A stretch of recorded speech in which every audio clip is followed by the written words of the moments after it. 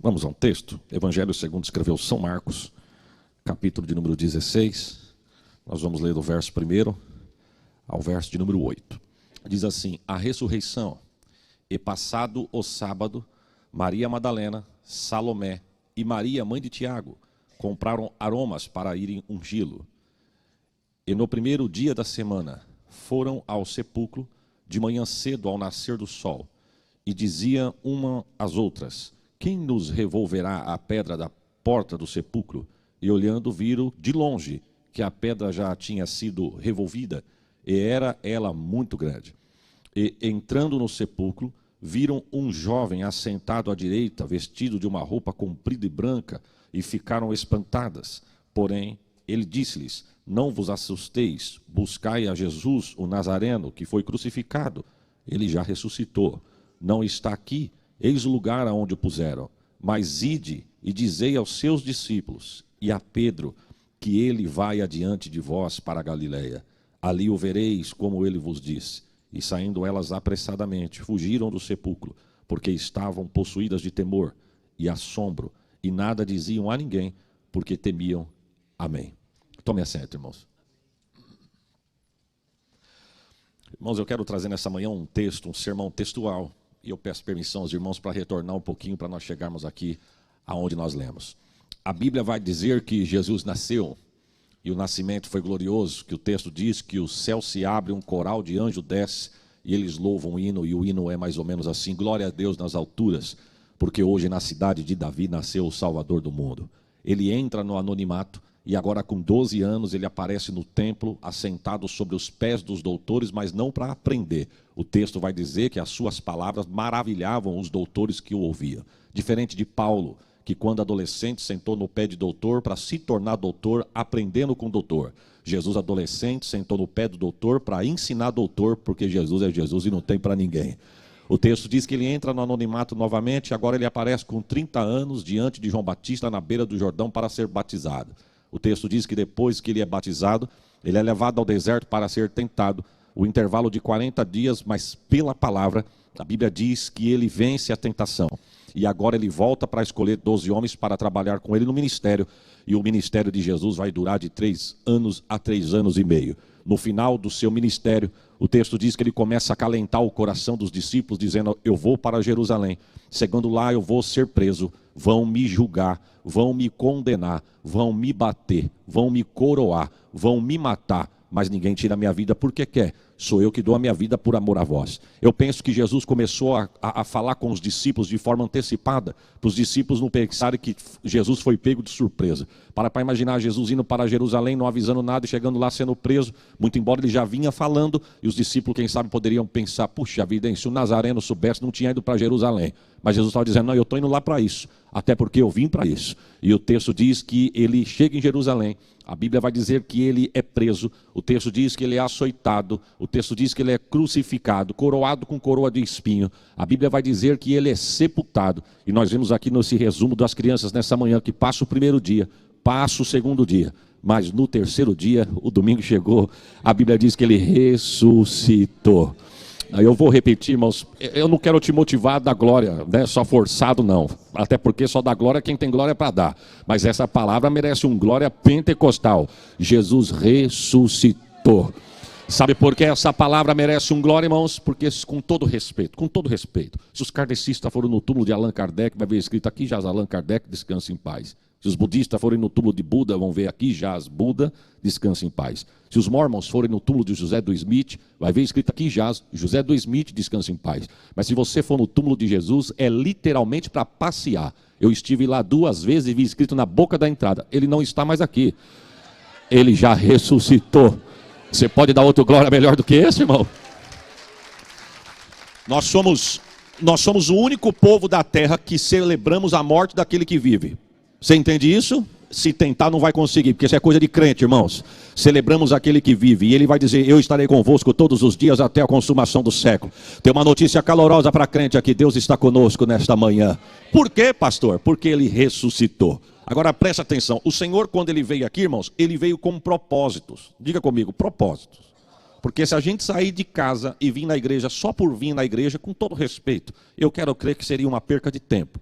Porque quando eu saio de casa, eu tenho que vir na igreja com propósito. E qual que é um dos nossos propósitos aqui? Primeiro, entregar o que é de direito a Ele, a nossa adoração, o nosso agradecimento. Enfim, nós não viemos aqui assistir, muito embora nós nos expressamos por força de expressão de forma errada. Eu vou lá assistir o culto. Não, ninguém veio assistir nada. Nós viemos aqui entregar o culto a Deus. Viemos aqui adorar aquele que é. Viemos aqui exaltar aquele que foi morto e reviveu. Oh, glórias a Jesus.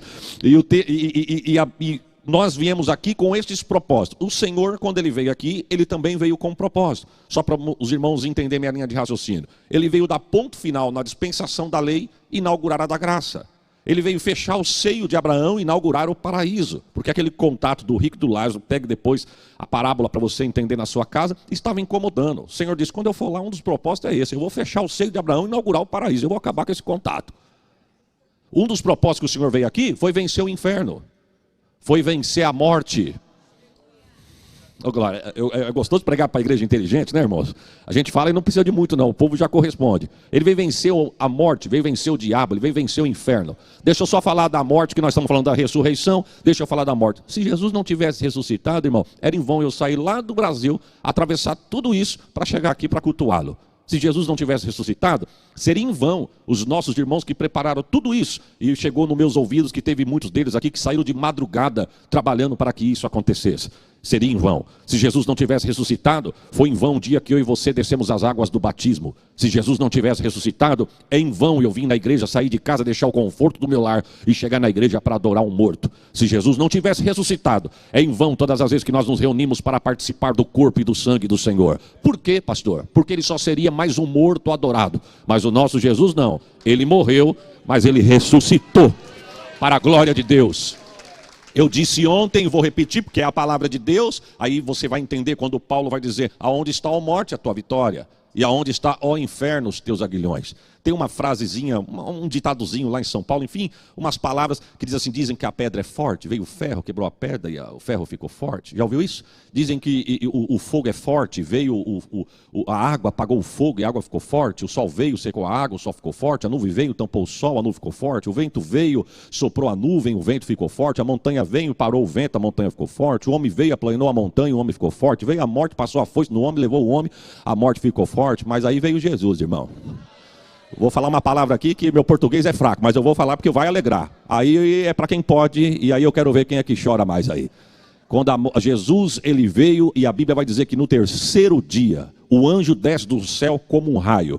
A história diz, irmãos, que quando o anjo coloca o pé no jardim da sepultura, quem sabe o portão da tua casa é de controle remoto, mas na época não existia, na terra, porque no céu já tinha um sensor. Quando o anjo rela, a pedra... Vou dar uma notícia para tu dar um glória melhor do que esse. A pedra não foi tirada da boca da sepultura para Jesus poder sair de dentro. Não, a pedra foi tirada da boca da sepultura para mostrar que ela estava vazia, porque Jesus já tinha ressuscitado. Por quê? Porque ele veio vencer a morte. Um dos propósitos que o Senhor veio aqui, irmão, foi inaugurar a igreja. Diga comigo, irmão, inaugurar a igreja. Por quê? Porque a igreja não existia, irmãos. A igreja estava nos planos de Deus, mas não estava atuando. Pastor, eu não estou entendendo. Eu vou tentar te explicar. É como aquela vitória que Deus já falou que é tua, e você não está vendo vitória nenhuma, irmão. Tu está no olho do furacão, e tem hora que parece que Deus quer passar um mel na gente. Você vem para a igreja dizendo, Senhor, olha, eu não vou aguentar, eu vou sucumbir, eu vou morrer, eu vou parar, eu não vou aguentar, eu vou desistir. Aí Deus traz aqui você na casa dele através de uma palavra, através de um louvor, através de uma palavra profética. Alguém diz assim, Deus está falando para alguém aqui, essa vitória já é sua, está na tua mão. Tu olha na mão e pergunta, cadê a vitória? Só que tem uma coisa, você não está vendo a vitória, mas a vitória está nos planos de Deus. Só não está atuando. Mas se Deus falou que a vitória é tua, ela vai chegar ao ponto de alguns dizer, Senhor, eu não estou enxergando a vitória diante de mim, eu só estou vendo muralha. Deus vai dizer, atravesse a muralha, porque do outro lado, de lá da muralha, eu estou te esperando com a vitória que eu já falei, que é sua. Então o Senhor, quando veio aqui, ele veio com um propósito, e um deles inaugurar a igreja. Você vai ver isso quando Jesus chama os seus discípulos, e ele diz assim, ó, vocês saem por aí e fazem uma pesquisa do que os homens acham que eu sou, o que eles pensam que eu sou. Saíram e voltaram com a resposta. Primeira pesquisa de Ibope, foi Jesus quem fez, irmão. Olha, ou tu és Elias, ou tu és Jeremias, ou tu és o profeta. O resultado é um só, tu és profeta. Aí ele pergunta, dissemos isso ontem, né? Ele pergunta para vocês, o que eu sou para vocês? Pedro toma a palavra, tu és o Cristo, o Filho do Deus vivo. Olha aqui, Pedro, não foi a carne nem o sangue que te revelou, mas o meu Pai que está no céu. Ele vai dizer, sois sobre esta pedra, eu edificarei. Por que ele disse, eu edificarei? Porque ela não existia. Se ela existisse, Jesus teria dito, eu já edifiquei, ou ela já foi edificada. Mas como estava nos planos de Deus a igreja, mas ainda não estava atuando, Jesus disse, eu edificarei. Eu vou tentar traduzir para os irmãos para tentar ser mais simples. Eu comparo a igreja com uma mulher. Uma mulher. Quando Deus vai coroar a criação, ele diz assim, façamos o homem a nossa imagem, segundo a nossa semelhança. Aí o texto vai dizer lá em Gênesis capítulo 1, e macho e fêmea os criou. Eu vou fazer uma pergunta, irmão, cadê a fêmea? Sendo que a fêmea foi feita no capítulo 2. Mas no capítulo 1 já está escrito, macho e fêmea os criou. Cadê a fêmea? A fêmea estava escondida no Adão. Jesus, quando veio aqui, um dos propósitos foi inaugurar a igreja. E ele trouxe a igreja com ele. Cadê a igreja? A igreja estava escondida em Jesus. A mulher escondida no homem, a igreja escondida em Jesus. Um dia Deus desce para visitar o jardim, vê cada animal macho andando com a sua fêmea e o Adão andando sozinho para lá e para cá. Ele olha e diz, não é bom que o homem esteja só. Vem cá, Adão. Deu-lhe uma anestesia geral, irmão. Fez uma cesariana no Adão. E o Adão deu à luz a uma mulher. Primeira da luz não foram as irmãs, foram os varões. Mas para livramento dos homens foi uma vez só. Inclusive, se eu fosse os homens, eu dava até um glória por esse livramento. Porque nós não somos chamados para... Nós não aguentamos isso, viu, irmãs? Homem não aguenta dor de cabeça. Homem não aguenta dor de dente. Imagina um homem ter que dar luz. E as irmãs ficam todas alegres quando a gente fala isso, né, irmão? O sorriso fica 9,15 balançando a cabeça como quem diz, são fracos mesmo. Mas eu quero dar uma notícia para isso, existe uma explicação, minhas irmãs. Nós somos feitos do barro. E o barro pode ser firme como for. Mas se esquecer ele na água, derrete. Nós somos sensíveis, irmãs. Viu? Somos sensíveis. Não, se eu fosse os varões, eu dava um glória. Por essa sensibilidade e livramento que Deus nos deu. As irmãs são mais fortes do que a gente, porque as irmãs foram feitas do osso da costela. É por isso que tem aquele ditado de São Paulo que diz que toda mulher é firme. É melhor ficar assim, né, irmãos? Porque o ministério das mulheres é forte demais. Oh, glórias a Jesus. Jesus, irmãos, está no alto do Gólgota. Quando Adão desperta do sono, ele olha para Eva e diz, eu estou sentindo que você saiu daqui. Por quê? Porque você é carne da minha carne, parece comigo. E é ossos dos meus ossos. E a igreja? E Jesus? Jesus está no alto do Gólgota, pendurado entre os céus e a terra. Quando ele exclama, está consumado. A Bíblia diz que o sol ficou com tanta vergonha, irmãos, que 3 horas da tarde a terra escureceu. A terra, bebendo sangue inocente, começou a tremer. Jesus já havia dito, um dia se os homens se calarem, as pedras clamarão. No Monte Caveira não tem uma pedra inteira. Apesar do monte ser grande, ele é cheio de rachadura, poroso. Como se ele estivesse dizendo, um dia nós nos quebramos inteiro. Mas nós falamos que de verdade, quem passou pela cruz aqui em cima, verdadeiramente era o Filho de Deus. O texto vai dizer que o soldado romano veio e enfia a lança do seu lado. E quando o texto diz que ele arranca a lança, saiu todo o sangue e toda a água. Preparem glória, irmãos. Naquele instante, como do lado do homem saiu a mulher, do lado de Jesus, nasceu a igreja. É por isso que essa igreja está de pé. E eu tenho uma palavra de Deus, vai continuar de pé. Porque Jesus disse, eu edificarei a minha igreja e as portas do inferno não prevalecerão contra ela. Você crê nesta palavra, irmãos?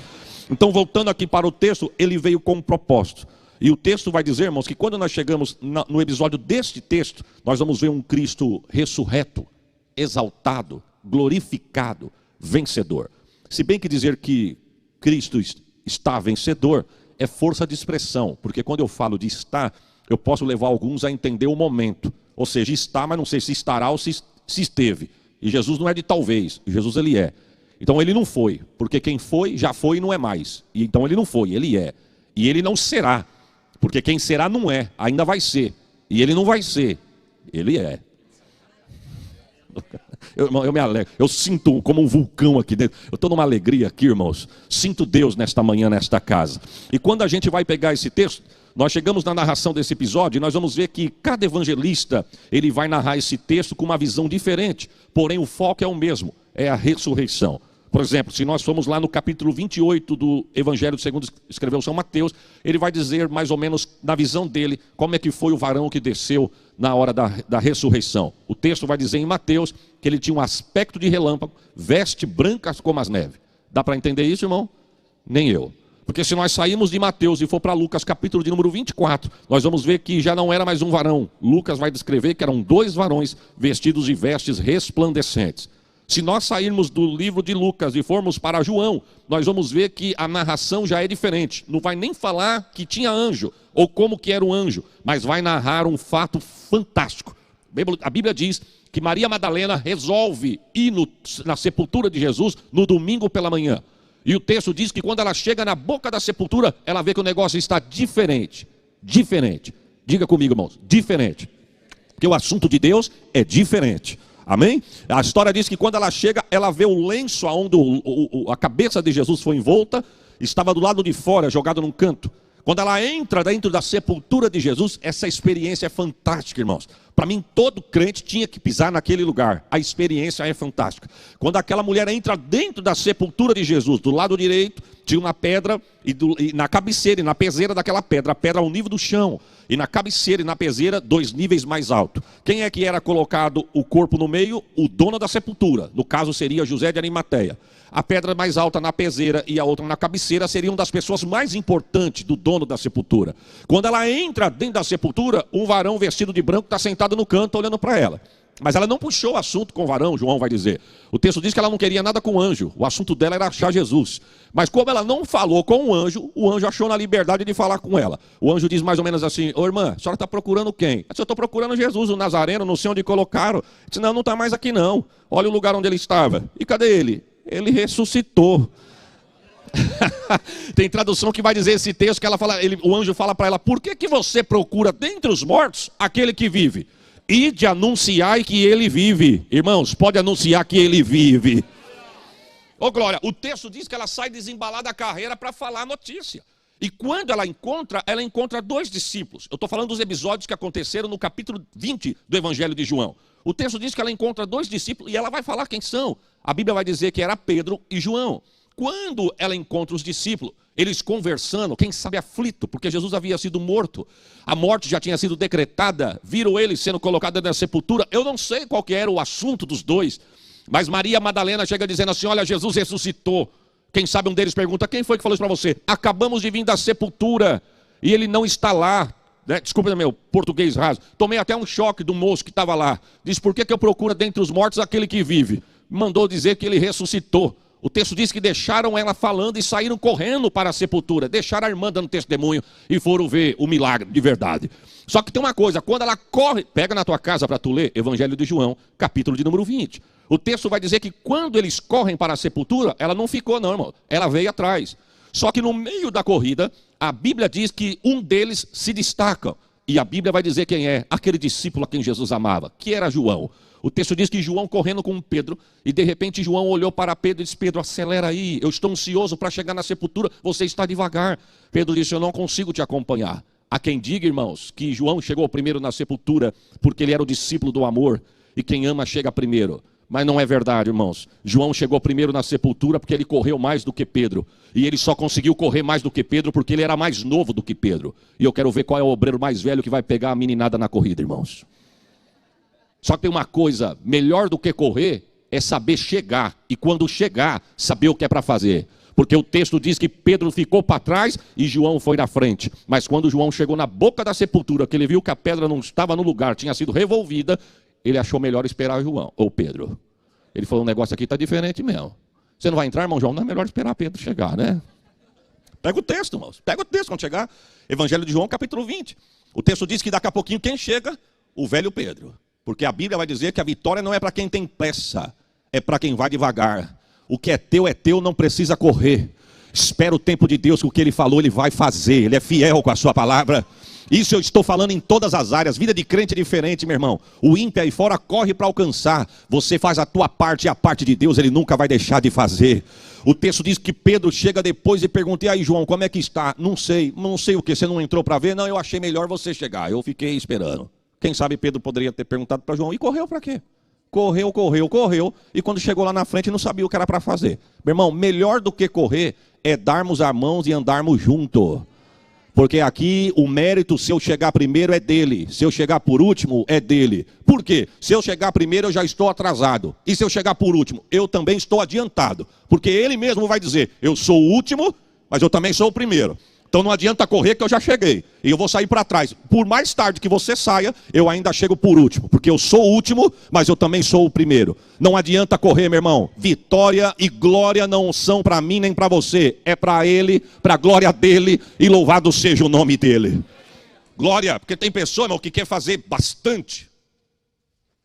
Você vai dizer, você vai encontrar alguém dizendo assim, mas eu faço por amor. Amém. Mas muitas das vezes, irmão, tem gente que acha que só ele canta.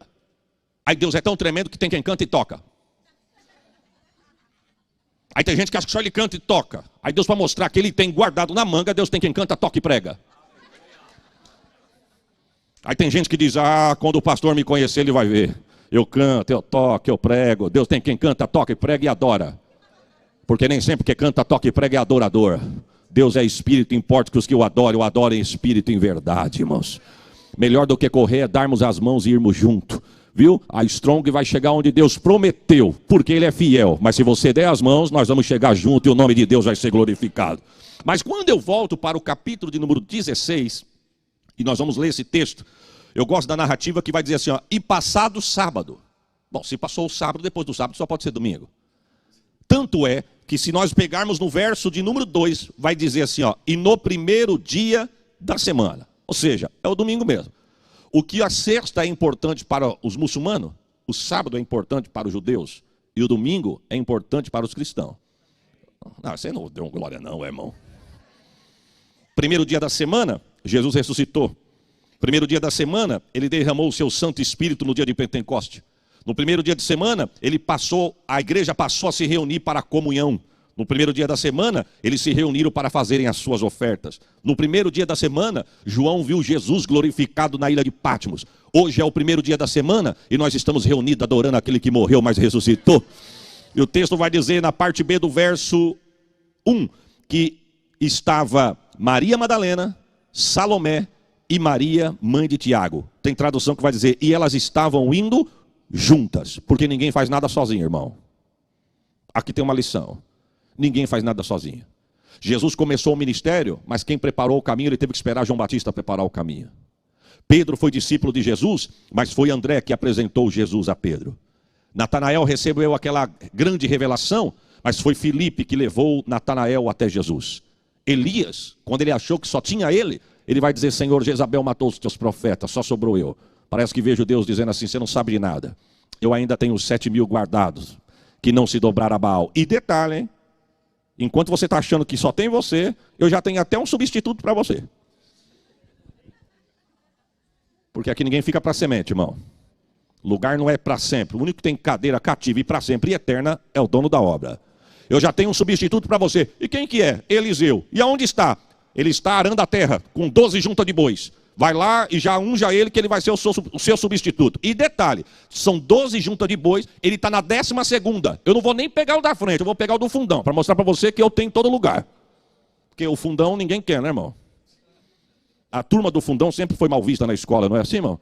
Mas nem no voo. Quando eu vim para cá, eu falei para a moça assim, posso fazer uma pergunta para você? Pois não. Eu pensei, eu vou chegar lá no outro país, não sei falar aquele idioma, eu já vou me arrumar por aqui. Eu falei, você não me arruma uma cadeira no corredor? Ela falou, por quê? Eu falei, para mim poder esticar as pernas é um pouquinho comprida, né? Só se eu esticar as pernas. Ela, deixa eu dar uma olhada. O lugar que eu arrumei não é legal. Aonde é? É no fundão. Eu falei, não tem problema, que seja no fundão. Ela mexendo, não, abriu uma aqui no meio. Eu vou pegar para você. Melhor do que o fundão. Eu falei, que seja. Mas no reino de Deus é diferente, irmão. Tanto faz quem está na frente, tanto faz quem está no meio. Tanto faz quem está no fundão. Tanto faz, porque Deus é diferente. Até porque quem fazia parte desse trio aqui era Maria Madalena. Aquela mulher que antes de encontrar com Jesus, ela era mal vista pela sociedade. E quando ela chega aos pés de Jesus, Jesus de letra já arrancou 7 demônios da vida dela. Ela fazia parte desse trio. Por quê? Deus a libertou para ela se tornar uma adoradora. Deus olhou, é como se Deus estivesse dizendo, eu vou libertar essa mulher e vou fazer dela uma adoradora. E fez ou não fez, irmãos? Fez. Que o texto vai dizer que ela estava com Maria, mãe de Tiago e Salomé, indo para a sepultura entregar sua adoração. E detalhe, elas já sabiam, preste atenção, elas já sabiam que haviam entregue 45 quilos de mirra e de especiarias para ungir o corpo de Jesus. José de Arimateia e Nicodemos já tinha dado 45 quilos de especiarias para ungir o corpo de Jesus. Mas o que me chama a atenção é que mesmo ela sabendo que tinha tudo isso, ela disse, eu vou entregar o meu. Cada um entrega o seu, eu entrego o meu. Nessa manhã é a mesma coisa, meu irmão. Não é porque o irmão deu glória do teu lado que você não precisa dar. Ele deu dele, tu dá o teu. Não é porque o irmão deu uns 3 aleluia que você diz, o irmão já deu aleluia, ele já deu por mim, por ele e pelo vizinho. Não, ele dá o dele, você dá o teu, e a nossa adoração chega até o trono de Deus. Ô glória ao nome de Jesus. E o texto vai... As mulheres, irmãos, me chama a atenção. Eu falei no começo das mulheres, eu sinto que eu tenho que me redimir aqui. Quem sabe Deus prepara um dia para mim vir no culto das mulheres, né, irmão? Ou quem sabe eu estou fechando a porta para Sheila mesmo, né? Então deixa eu... As mulheres sempre foram presentes no ministério de Jesus. Elas foram as últimas a saírem do Calvário na crucificação e foram as primeiras a chegarem no túmulo no dia da ressurreição. Esse é o ministério feminino. E o texto vai dizer que no meio do caminho, elas começam a conversar. Quem sabe elas disseram assim, olha, nós preparamos tudo isso, só que tem um problema. Vocês lembram que antes de ontem colocaram uma pedra gigantesca na boca da sepultura? Quem é que vai remover esta pedra para nós? Eu disse ontem e repito, irmãos, o tamanho da pedra era tão grande, o texto vai dizer que a pedra era grande, que há quem diga que era necessária a força de 20 homens para remover esta pedra. E o pensamento era, quem é que vai remover a pedra da boca da sepultura? Só que o texto diz que de longe, parece pouco essa palavra, irmãos, mas tem uma revelação tremenda aqui. Vamos dizer junto? De longe elas olharam e viram, a pedra já foi removida. Tem uma palavra de Deus para alguém aqui nesta manhã. Quem sabe você está aqui nesta manhã adorando, mas tem uma pedra no teu caminho que está querendo tirar a tua paz. Eu vou te dar uma notícia, meu irmão, você só adora. E pela fé, de longe, aonde está a pedra que está tirando a tua paz, já comece a contemplar que Deus já arrancou ela do seu caminho para a glória de Deus.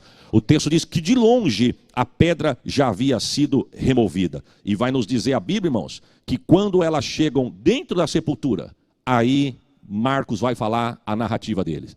Falamos de João, falamos de Mateus, mas aqui nós vamos falar de Marcos. Marcos diz que quando elas entram dentro da sepultura, elas não encontram Jesus e o corpo dele ali.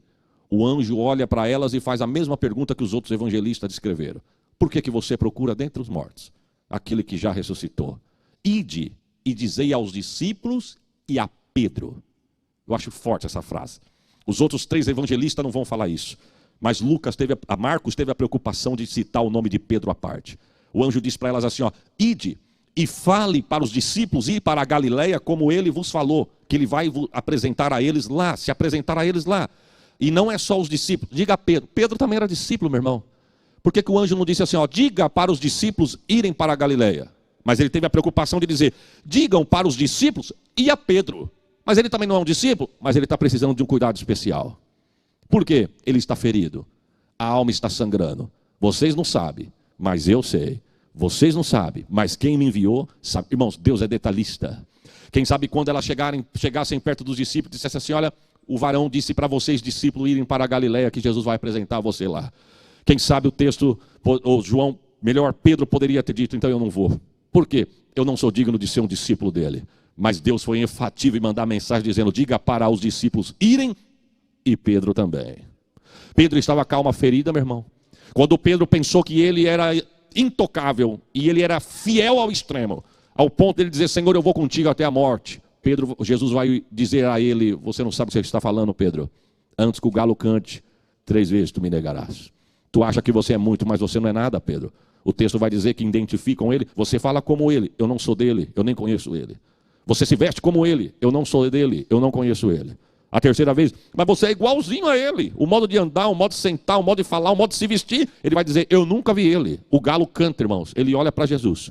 E o texto vai dizer que o olhar de Jesus entra dentro do olhar de Pedro. Não abriu uma palavra. Mas quem sabe o olhar de Jesus, e se eu não falei que você ia me negar, ele sai chorando amargamente. Mas no 3º dia, quando Jesus ressurge, o anjo vai falar para as irmãs, diga para Pedro que ele faz parte da equipe.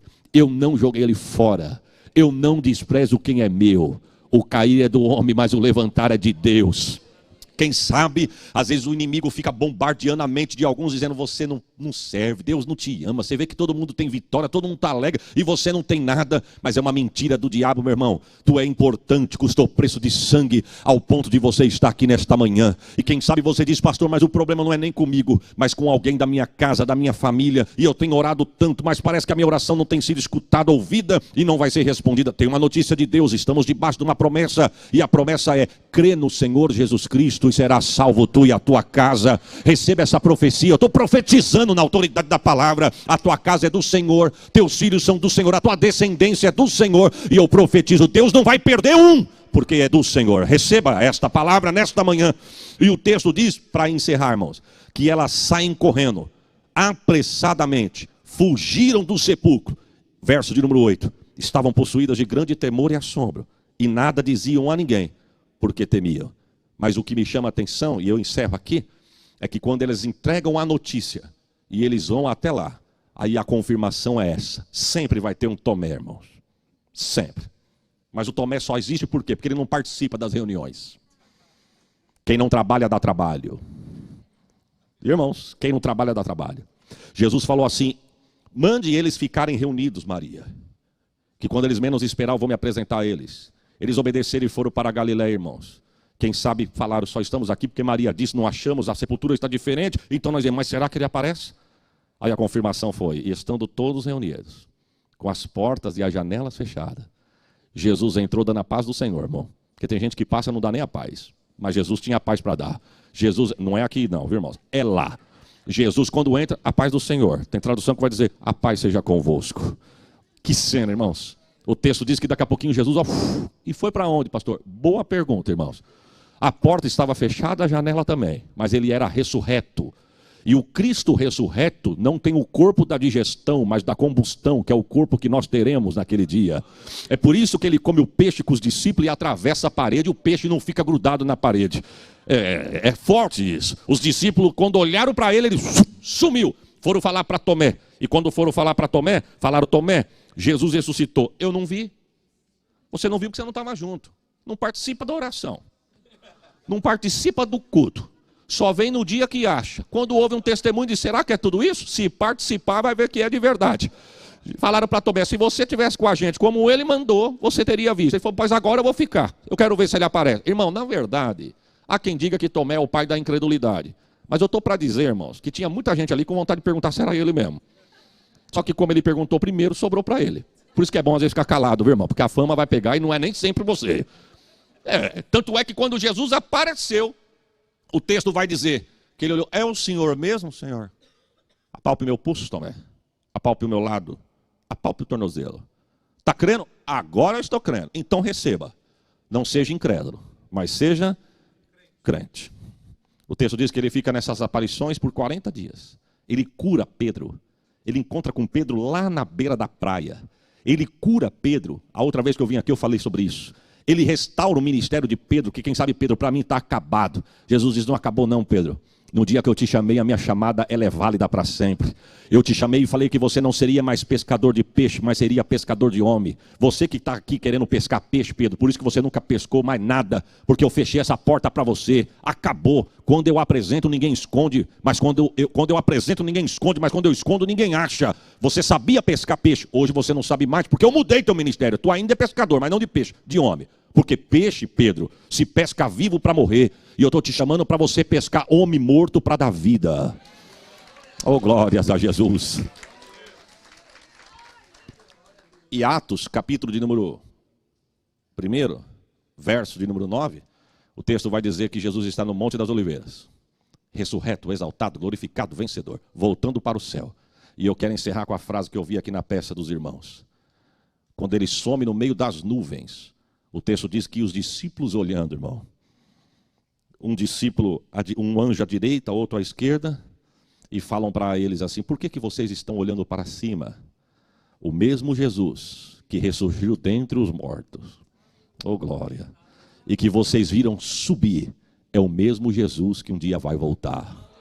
Quantos creem nesta palavra, irmãos?